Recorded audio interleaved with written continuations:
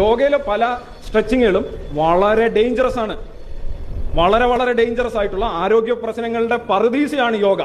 Yoga practitioners മുഴുവൻ കാൽമുട്ട് മാറ്റി വെക്കൽ തൊട്ട് സെറിബ്രൽ പാൽസി വരെ പിടിച്ച് കിടക്കുകയാണ്. ഇവരുടെ ലിസ്റ്റ് നിങ്ങൾ ദ സയൻസ് ഓഫ് യോഗ എന്ന് പറയുന്ന വില്യം ബ്രോഡിന്റെ ഒരു പുസ്തകമുണ്ട്. 200 ചില്ലാനം പേജേ ഉള്ളൂ. ദയവ് ഇതൊന്ന് വായിക്കുക.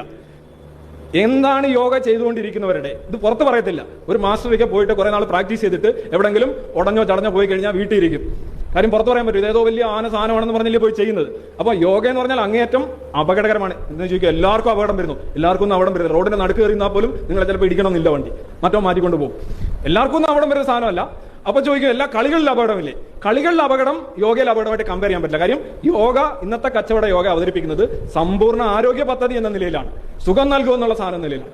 അങ്ങനെ അവതരിപ്പിക്കുന്ന ഒരെണ്ണത്തിൽ ഇത്രയധികം അപകടങ്ങളും ഇഞ്ചുറീസും പാരാലിസിസും ഒക്കെ വരുന്നു എന്നുള്ളത് യോഗ എന്നുള്ളത് ഒരു വ്യായാമം എന്ന നിലയിൽ ഒരിക്കലും ആശാസ്യം അല്ലാത്ത കാര്യമാണ്.